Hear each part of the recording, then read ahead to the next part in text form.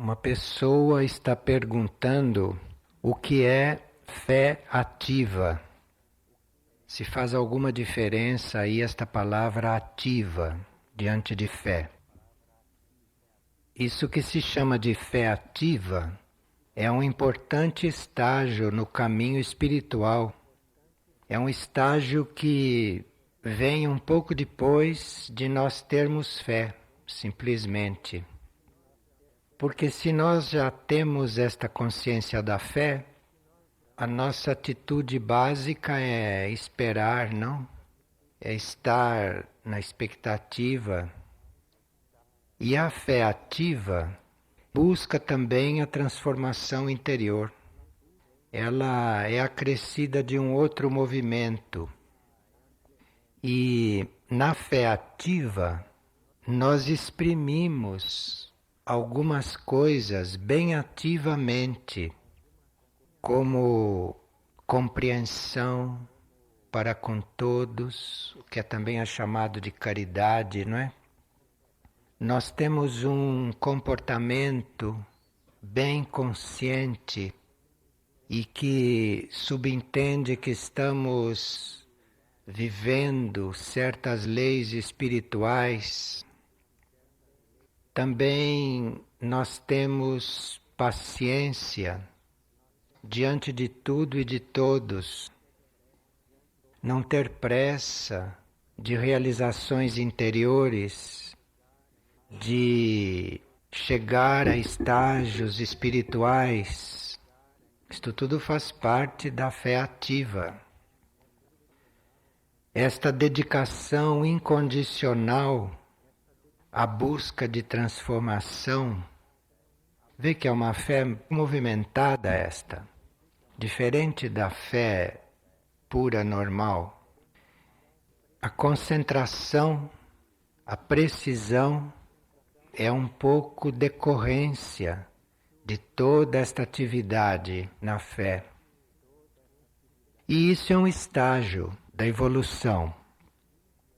Quando se vive essa fé ativa, quando esta fé assim tão ativa mesmo, tão prática, já está incorporada, então entra-se num outro estágio, que é o estágio de servir ao plano evolutivo. Há pessoas que têm muita pressa de servir ao plano evolutivo. Isto é falta de fé simples. Porque depois tem que se entrar na fé ativa, tem que praticar isto tudo, tem que viver isto tudo na vida, para depois entrar no estágio de estar servindo ao plano evolutivo realmente. Aí a fé já está trabalhada. Aí não só não se tem dúvidas a respeito de nada, como não se tem também nenhum tipo de ansiedade pela própria vida, pela própria pessoa, pela própria posição que se ocupa, pela própria tarefa que se desempenha. Quando há preocupação por estas coisas, isso tudo é falta de fé ativa também. E aí, quando a alma consegue imprimir nos veículos, quando a alma consegue executar através dos seus corpos, através da pessoa na qual ela está encarnada, quando a alma consegue realizar todas estas obras da fé ativa, então aí a alma começa a receber do espírito, da mônada, uma outra nuance, uma outra energia, que nós chamamos de sabedoria. Então aí entra-se realmente no serviço ao plano evolutivo. Porque nós podemos estar servindo aqui na Terra, podemos estar servindo a alguém, podemos estar servindo de várias maneiras, mas servir ao plano evolutivo, isto é um pouco diferente. Servir ao plano evolutivo não quer dizer você cumprir seus deveres humanos e cumprir seus deveres aqui. Servir ao plano evolutivo é algo que o espírito passa para a alma uma certa energia, uma sabedoria, e a alma começa então a realizar isto e passar isto para o veículo, e nós podemos acompanhar isto tudo inteligentemente. Isto não é muito abstrato, não. Então, quem já está nesta prática da caridade, do comportamento ético, da paciência, da dedicação incondicional a esta busca interior, e quem já está recebendo estes sinais de concentração, de precisão, então, se esta fé ativa já está em ação, abre uma porta para se ir além. Então aqui se vê que não se trata mais de paciência, mas de sabedoria. Que não se trata mais de complacência, de compreensão, mas de discernimento e assim por diante. Mas aí, diante deste pensamento, precisa refletir um pouco sobre estas palavras. Refletir um pouco sobre complacência, por exemplo, e depois refletir sobre discernimento, para fazer uma passagem entre uma coisa e outra. E assim a fé ativa vai se transformando, a fé ativa vai se moldando ao serviço, ao plano evolutivo. Isto pode nos ajudar a ampliar a nossa ideia de serviço. Isto pode nos ajudar a ver mais amplamente esta questão do serviço. E aí melhorarmos bastante a nossa atuação aqui no mundo. Nós precisamos de muita fé ativa para vivermos certas situações. Aqui tem, por exemplo, perguntas e partilhas, situações nas quais as pessoas estão e que elas procuram resolver isto nos fatos da vida, mas não é assim que se resolve. Esta pessoa, por exemplo, diz que há 20 anos a família está dentro de casa em conflito. Como é que ela resolve isso? Isto é falta de fé ativa. Você deixa esse conflito, deixa seu pai, sua mãe, deixa a sua família agir como tiver que agir. Você vai examinar esta questão da fé, você vai ver em que ponto está a sua fé. Você vai ver como você está diante da sua fé, depois põe a sua fé em atividade. É assim que se muda as coisas. Não é esperando que os conflitos se dissolvam. Você tem que ativar isto, você tem que ativar isto tudo em você. Esse se voltar continuamente para esta energia da fé e colocar isto em atividade, isto é o que resolve, isto é o que muda. Realmente, muda primeiro a nós mesmos, depois começa a mudar as situações. Não tem receita para terminar com um conflito de 20 anos dentro de casa. Isto é falta de fé, isto é falta de ativar a própria fé. Agora, nem todas as pessoas sentem isto, percebem isto, porque não estão ainda abertas para isto. Ainda estão vivendo do esforço humano, ainda estão iludidas que são elas que fazem as coisas. Ainda estão iludidas que elas é que resolvem as coisas. Nós não resolvemos nada. O que resolve é a fé. Mas não é só a fé de ficar esperando. É uma fé ativa, que não é de se envolver com o que está acontecendo, nem de entrar no que está acontecendo. É você desenvolver estas coisas todas e isto vai mudando tudo. Isto vai mudando, que nós realmente vivemos de fé. Mas não vivemos só passivamente de fé. Precisa ativar isto também. Precisa colocar isto em prática. E isto resolve qualquer coisa. Qualquer coisa. Em nível de almas encarnadas, isto resolve qualquer coisa. Não tem o que não seja resolvido por isto. Então aqui trata-se de ativar isto. Agora, isto é um trabalho que, como se vê aí, requer uma busca contínua, requer uma atenção a este processo, enfim, requer que a gente saiba o que realmente quer. Precisa ver o que é que a gente quer.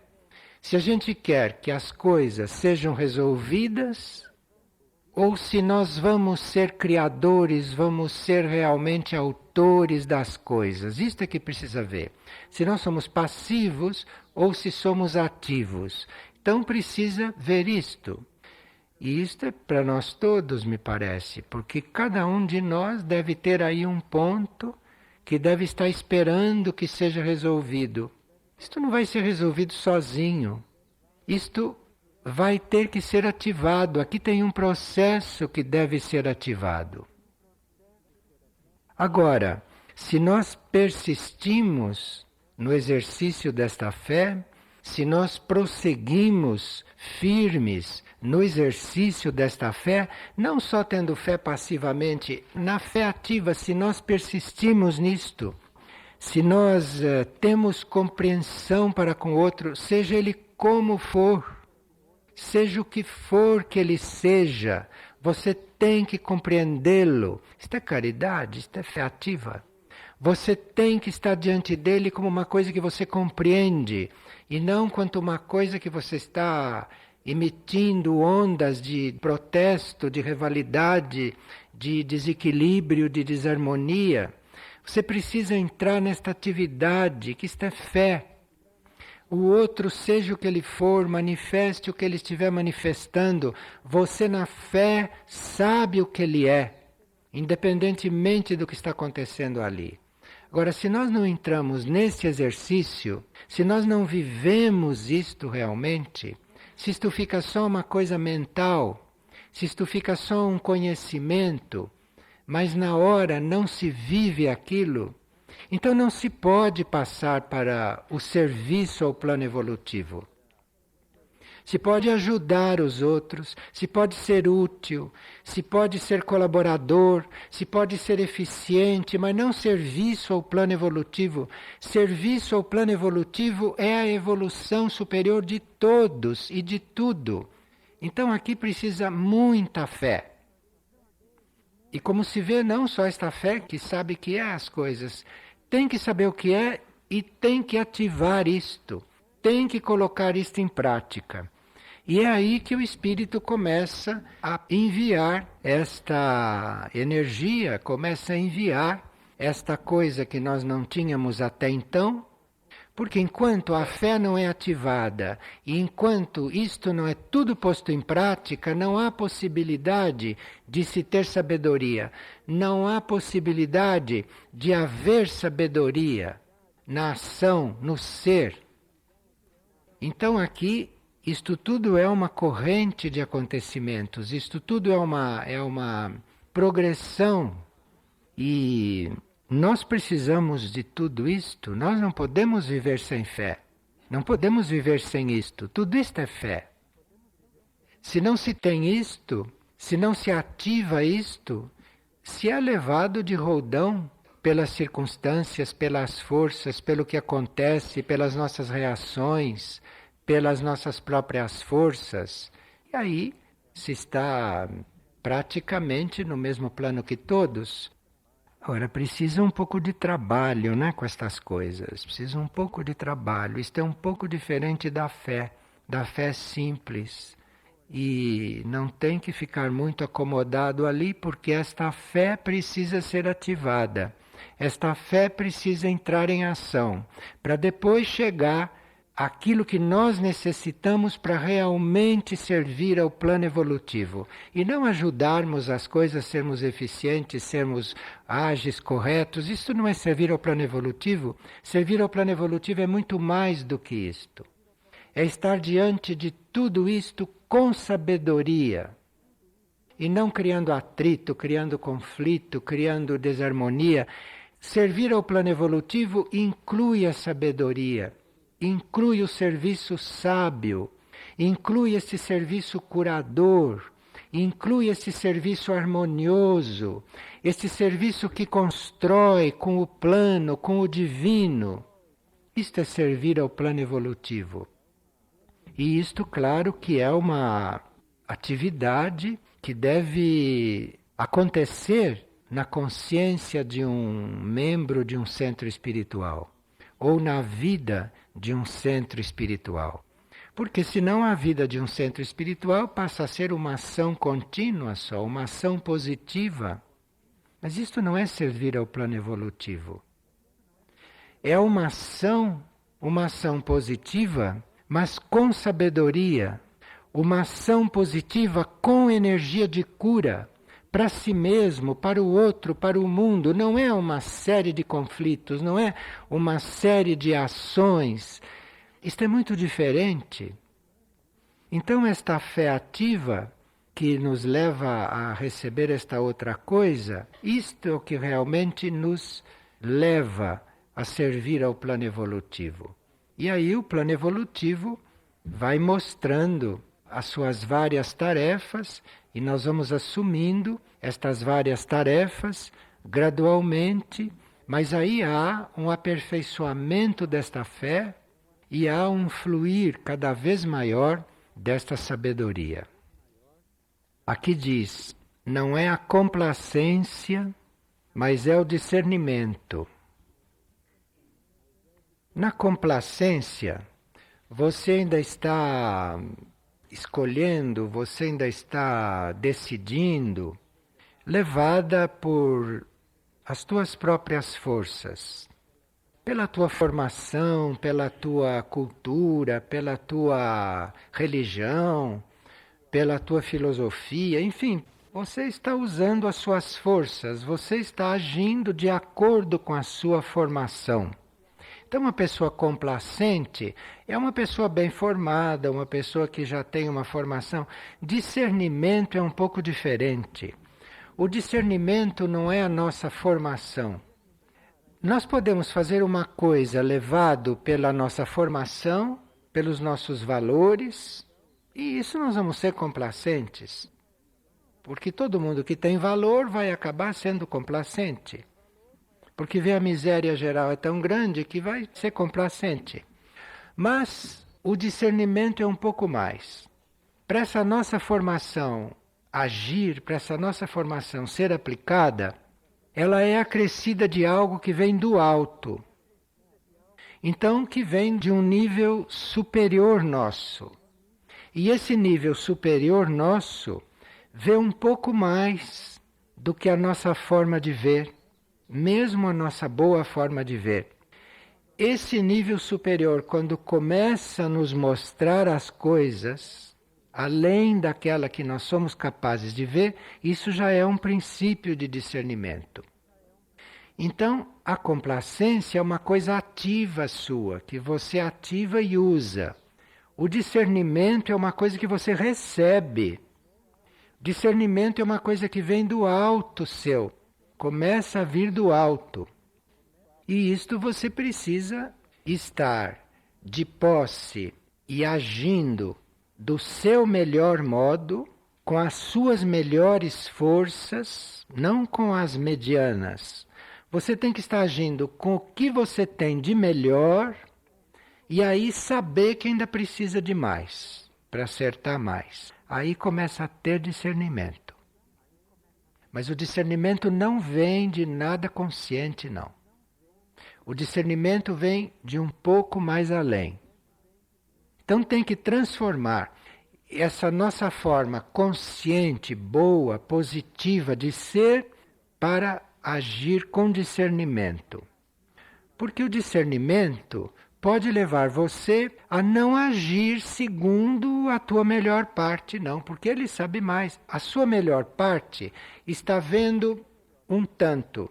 O discernimento está vendo isso dentro de um todo um pouco maior. Então, às vezes, pelo discernimento, você é levado a agir não como você agiria. Mas isto tem que realmente o discernimento estar te levando. Senão fica uma hipocrisia, né? Então aí, para ter esse discernimento, para começar a ter esse discernimento, você precisa estar já ativa com o que você tem de melhor. E assim mesmo dizer isto não basta. E não basta mesmo. E não basta mesmo, isto é pouco. Para servir ao plano evolutivo, isto é quase nada. Então, precisa realmente vir o discernimento. Ali precisa realmente que te venha uma forma de ver mais ampla. E uma forma de ser mais ampla também. Te manda, discernimento manda, uma forma mais ampla de ver, e vem a força da mônada, e vem a força para você ser de outra forma. Porque não é muito fácil você ser de outra forma quando você já acha que está sendo bem. A tendência é continuar a ser como a gente é, porque já está bem. O discernimento te mostra que não. O discernimento te mostra que isso era bem ontem, mas não é mais hoje. Precisa mais. Mas aí precisa uma força maior. E esta força vem. Isto que é a sabedoria. Já começa. O discernimento não é a sabedoria ainda. O discernimento é apenas você ter uma visão maior do que a sua melhor. Sabedoria é outra coisa. Sabedoria ainda é mais que isto. E com a sabedoria já mais próxima, não é preciso mais discernimento. Porque aí a sabedoria já... E que nós não teríamos que pensar que está muito distante. Isto está tudo para ser ativado, está tudo para ser vivido. E aqueles que se consideram em um grupo espiritual, não grupo espiritual aqui da Terra, grupo espiritual ligado com grupos internos de almas, os que se consideram ligados com esses grupos têm este caminho a fazer. Não estão na Terra para dar o melhor de si. E nem estão na Terra para conseguir só discernimento. Porque aqui é a primeira linha, o discernimento, depois vai adiante. Aqui tem que chegar realmente a começar a perceber a sabedoria, agir com sabedoria, ser com sabedoria. Assim se transforma realmente o mundo. Se transforma a alma. Uma pessoa diz que ela está muito ligada a tudo que acontece aqui, mas ela não compreendeu por que aqui tem pássaros nas gaiolas. Por que aqui os pássaros não estão livres. Aqui não consta que a gente jamais prendeu um pássaro, que a gente jamais colocou um pássaro na gaiola. Os pássaros engaiolados que tem aqui chegaram aqui já nas gaiolas. Ou nasceram nas gaiolas, ou chegaram aqui nas gaiolas. E nós não vemos isso como um sinal de que nós devemos abrir a gaiola e soltar estes pássaros. Pode não ser isto. Como nós aqui não iríamos pegar um pássaro e prender numa gaiola, a não ser para tratá-lo e depois soltá-lo, então, se algum pássaro tiver que ficar aqui mais estavelmente, convivendo com o reino humano e convivendo mais estavelmente com certas nuances energéticas, então este pássaro já chega aqui na gaiola. Porque nós não vamos soltar, porque este pássaro não sabe nem procurar comida. Este pássaro pode não ter meios de sobrevivência se ele nasceu numa gaiola. Então ele chegou aqui numa gaiola, deve ter uma razão para isto. Então o reino dos pássaros pode ter na sua organização um certo número de exemplares que ele entende que deva ter um contato mais estável com o ser humano. Porque um ser humano em relação a um pássaro é um ser mais evoluído, é um estímulo que aquele pássaro pode receber. Então, se aqui chega um pássaro numa gaiola, e se ele está feliz aqui, se ele se desenvolve bem aqui, se ele está bem aqui, por que ele não deve estar numa gaiola? Porque se ele não estiver numa gaiola, ele vai viver como todos os outros pássaros. Mas, dentro de uma certa ordem, dentro de um certo ritmo, pode ser que alguns exemplares deste reino tenham que ter um contato mais estável com um outro reino, com o reino humano, para que possam ter um certo desenvolvimento, que provavelmente será um desenvolvimento mental ou semimental. Mas aí precisa que nós tenhamos uma fé ativa neste sentido, e não que fiquemos aplicando os nossos conceitos que pássaro na gaiola não está certo, que pássaro deve estar livre. Porque a evolução não trata todo mundo assim. Tem muito ser humano que vive preso. Não tem? Tem muito ser humano cujos movimentos são limitados. E a evolução, a lei evolutiva, sabe por que faz isto. E eu não sei se, pelo fato de nós termos os movimentos externos limitados, se estamos limitados espiritualmente. Pode ser o contrário. Então, pássaros nas gaiolas, precisa ver como é que esses pássaros estão. Precisa ver o que esses pássaros estão mostrando, o que esses pássaros estão irradiando. Agora, nós, claro que temos uma responsabilidade de lidar com ele. Porque se ele está numa gaiola perto de nós, ele está numa situação especial. Porque a situação normal dos pássaros não é estar numa gaiola. Então, se ele está numa gaiola e perto de nós, ele foi posto numa situação especial. E se ele está feliz, se ele está saudável, se ele está alegre, se ele está belo, é sinal que é assim. Então aí a nossa responsabilidade diante desta tarefa tem que ser reconhecida. Porque este pássaro não deve ficar gratuitamente numa gaiola. Ele estaria fazendo outras experiências solto. Então ali ele tem uma experiência especial para fazer. E nós teríamos que, na nossa fé ativa e no nosso discernimento, buscando discernimento, ir um pouco além dos nossos conceitos e dos conceitos das pessoas, dos conceitos científicos, e além das coisas instituídas, ir além das coisas naturais, além das coisas estabelecidas. Tudo isto é obra do discernimento. E há certos seres que, para formar ponte com certos núcleos interiores e certos seres para se firmarem num determinado ritmo evolutivo, além da média normal dos seres daquele reino, esses seres precisam, necessitam estar numa situação especial. Especial quer dizer diferente da maioria, diferente de todo mundo, porque ali deve estar se fazendo alguma conexão. Que se ele estivesse numa situação natural, numa situação normal, esta conexão talvez não fosse feita.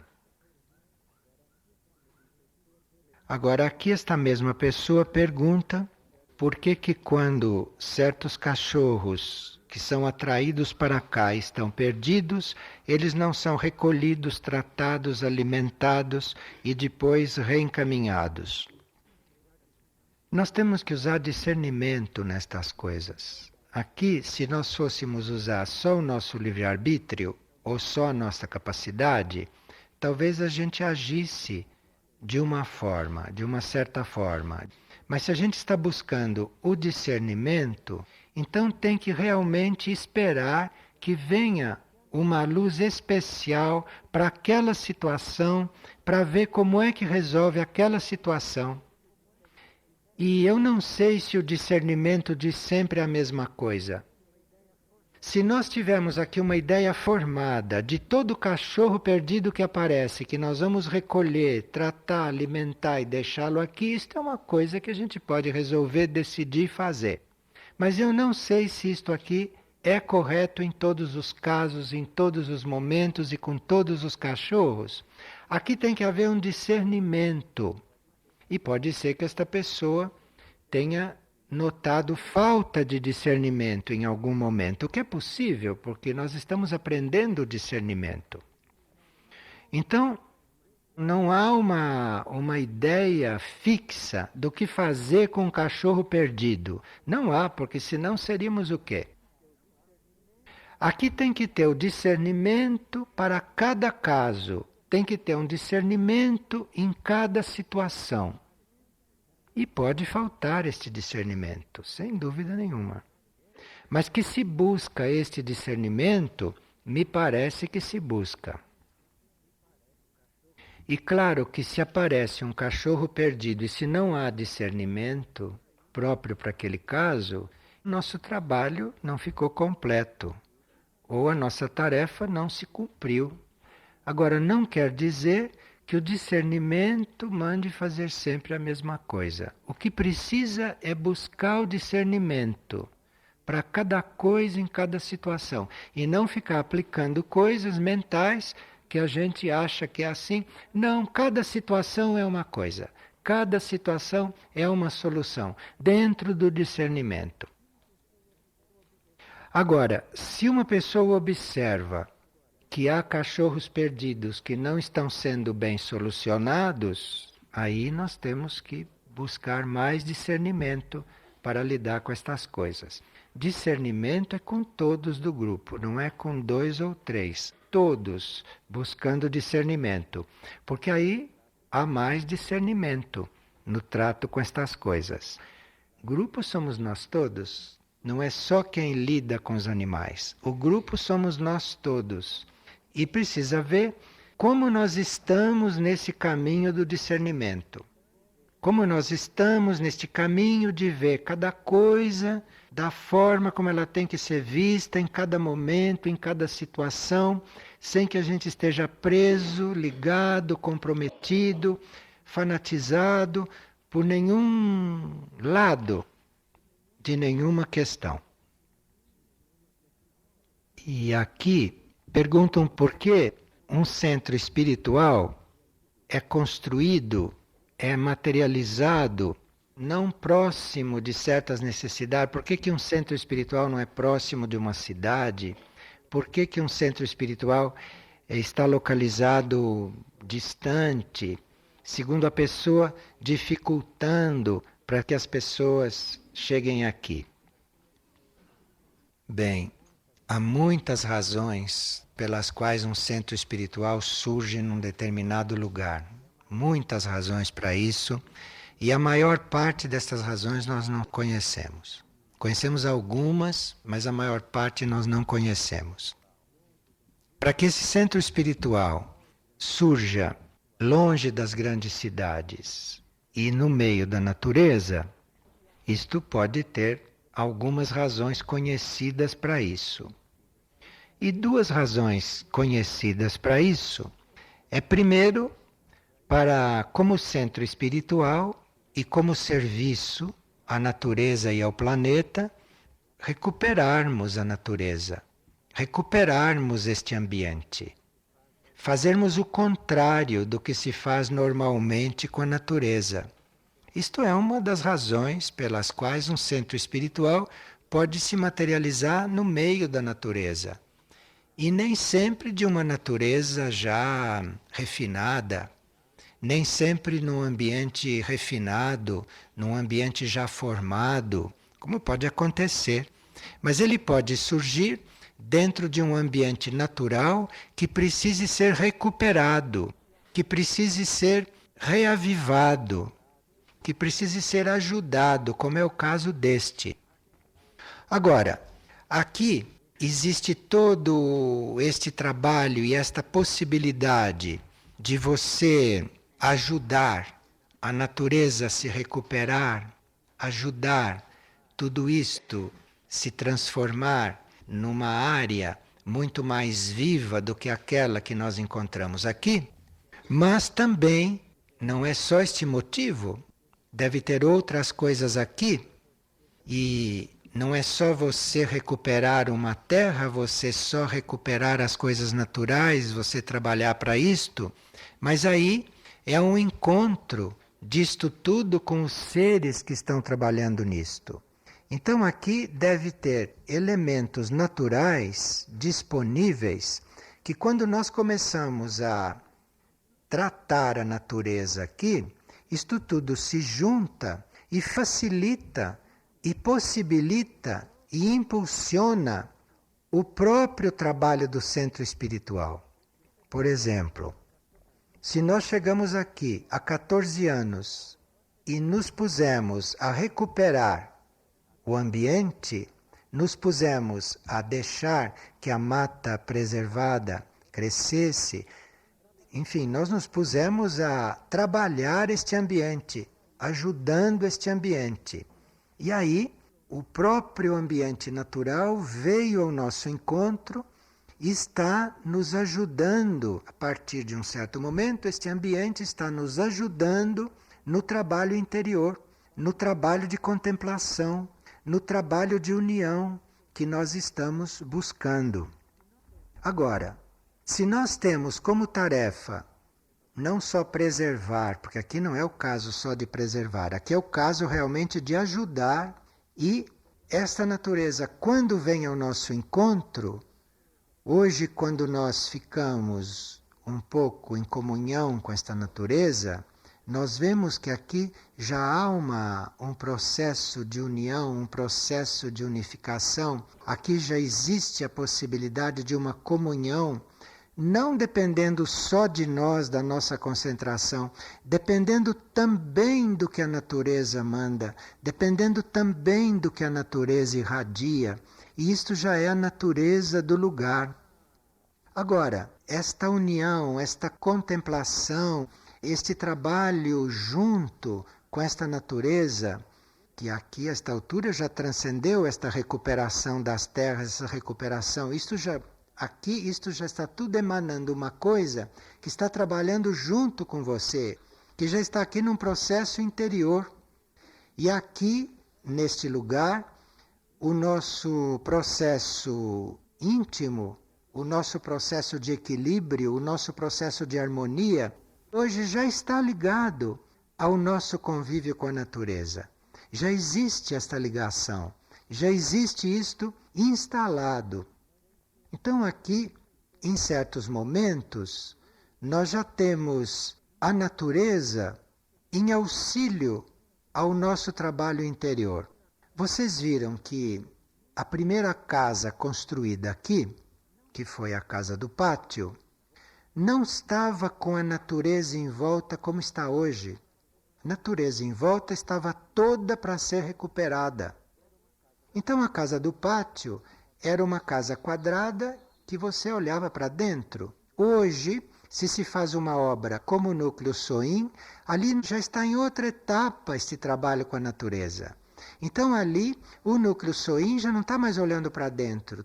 Qualquer janela que você saia, você vê natureza, você vê horizonte, quer dizer, mudou o trabalho, mudou a situação. Já houve um trabalho com a natureza, trabalho feito com a natureza. Então a natureza hoje aqui já está muito mais incluída, sempre esteve, mas está incluída e ativa. A natureza está participando do trabalho. E isso no Núcleo Soin é muito evidente. Muito evidente isto lá. Isto não quer dizer que o trabalho da Casa do Pátio fique atrasado com respeito ao trabalho do Núcleo Soin. Não, não. Porque a Casa do Pátio não tem aquela forma só por isso.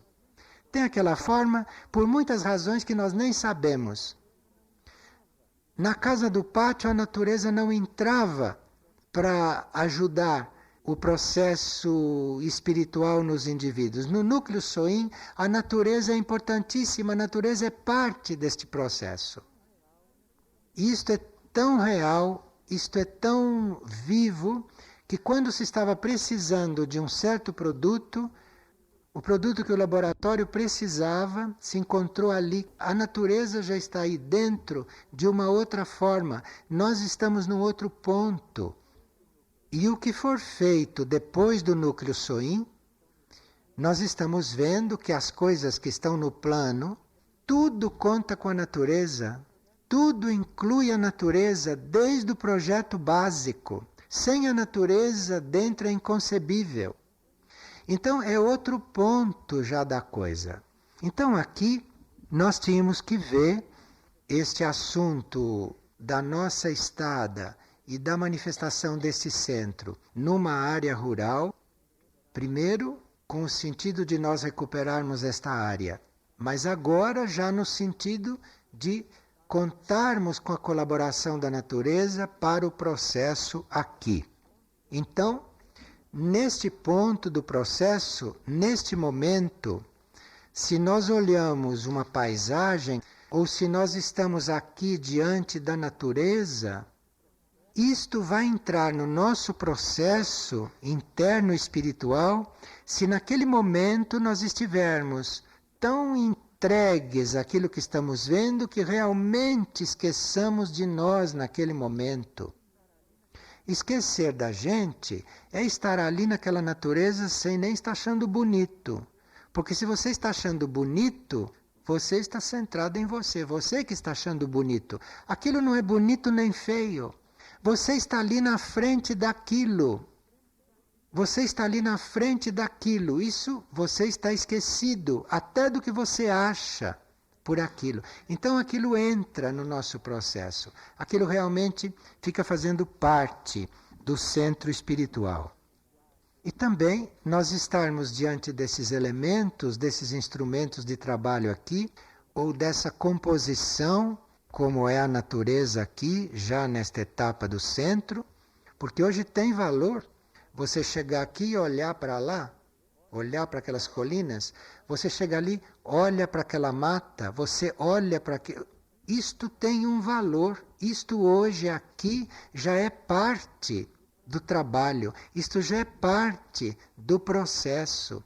Mas precisa estar diante disto de uma maneira simples, de uma maneira pura. Sem achar bonito, sem achar feio, sem achar grandioso, sem achar nada. E sem estar também diante daquilo em benefício próprio. É que eu vim para cá para gozar a natureza, ou eu vim para cá para ser beneficiado pela natureza. Isso tudo afasta do trabalho espiritual com tudo isso. Isso tudo afasta. Então, se você está diante disto, você está simplesmente sem achar nada. E você está diante disso não é para resolver nada. Você não tem nada o que resolver. Você sabe que tem pessoas que veem uma árvore vitalizada, vai lá, abraça aquela árvore, né? Tem gente que faz esse exercício. Isto aqui é uma aberração. Você usar isto em benefício próprio, você usar isto em proveito próprio, isto é uma aberração num centro espiritual que tem consciência destas coisas, que tem consciência de todo este processo de união. Então ali nós teríamos também que estar diante disto, não para resolver os nossos problemas. Mas olha, você está muito nervoso, vai lá no núcleo Soin e fica olhando aquele horizonte, fica olhando aquele vale que você acalma. É isto que nós teríamos que repelir, nem rejeitar, repelir. Sabe o que é repelir, né? Repelir é dizer um não com todas as forças deste universo. Não. Aqui se trata de estar diante disto de forma pura, de forma desinteressada, ou como se dizia na fé ativada, incondicionalmente. Eu estou diante destas coisas incondicionalmente, não tenho condição nenhuma. Eu não estou diante disso para me tratar, nem para me acalmar, nem para resolver meus problemas, nem para receber fluido. Eu estou incondicionalmente diante disto. Assim é que a natureza entra no nosso processo espiritual. E não entra como entra em qualquer pessoa que acha isto bonito e que acha isto interessante. Mas isso não tem nada a ver com o trabalho espiritual com a natureza. Mesmo porque isto feito, isto vivido, isto ativado, esta nossa união com a natureza efetivada, quer dizer, você não querendo nada ali, você não está achando nada, você está ali porque você está ali, está unido com aquilo. Aí você vai realmente descobrindo, discernindo, encontrando coisas que você não encontrava em si e na natureza também. Na natureza também, porque a natureza tem muito o que nos ensinar, tem muito o que nos mostrar, E isso não é só verde, flores, água pura, paisagem, são coisas que estão dentro disto, são coisas que realmente transformam. E por isso nós estamos junto com a natureza, por isso estamos trabalhando com a natureza. Porque há coisas a serem transformadas em nós, há coisas a serem transformadas na natureza, e nós temos que aprender a conviver com isto. E tudo isto é impossível, nem se começa se o centro está dentro de uma cidade. Dentro de uma cidade é um outro centro, é um outro tipo de trabalho que pode existir também. Mas aqui nós estamos realmente como diante de um templo. Diante de um templo neste sentido, diante de um templo externo, mas na busca de uma situação interior bem diferente daquela que nós estaríamos se não estivéssemos em comunhão com tudo isto. Isto é muito importante no trabalho de purificação. Você e a natureza e você, unidos assim, juntos assim, somados assim, isto é um trabalho de purificação para o planeta que nós não podemos conceber mentalmente. A extensão da purificação que acontece aí, da purificação etérica, da purificação astral e da purificação mental para o planeta. Nós podemos estar diante da vida, diante do mundo, diante da natureza, diante das pessoas de várias formas. De uma forma natural, de uma forma humana, de uma forma... várias formas. Mas esta busca, esta interiorização, esta busca desta união interna com tudo e com todos na fé, não é? Porque é na fé que isto tudo acontece. E se nós vamos percebendo que isso está acontecendo pela transformação que fazemos, pela simplificação que vai acontecendo nos nossos níveis mental, emocional e etérico-físico.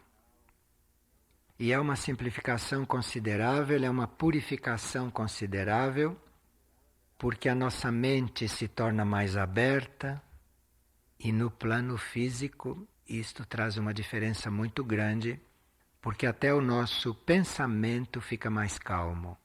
A nossa respiração muda de ritmo. Isto quer dizer que as coisas estão realmente encarnando.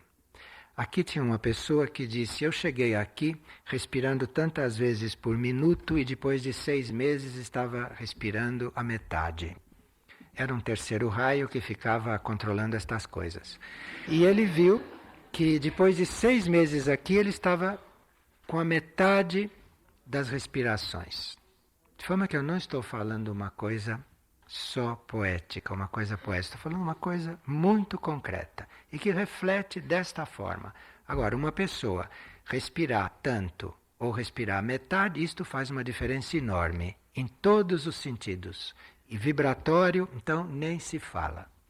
De forma que aqui tem uma coisa muito desconhecida para nós, tudo para ser conhecido, tudo para ser buscado, para ser vivido, e isto é sinal que existe um templo interno nos trabalhando, que existe um templo interno trabalhando a nossa alma, trabalhando a nossa mônada, e se nós estamos neste templo já à vontade, isto aqui fora também se torna um templo. Isto também se torna uma coisa ordenada, uma coisa harmoniosa, uma coisa limpa, uma coisa simples, uma coisa bela, enfim, naquilo que pode-se chegar a ser tudo isto no mundo material. Mas há um grande caminho a percorrer nestas coisas.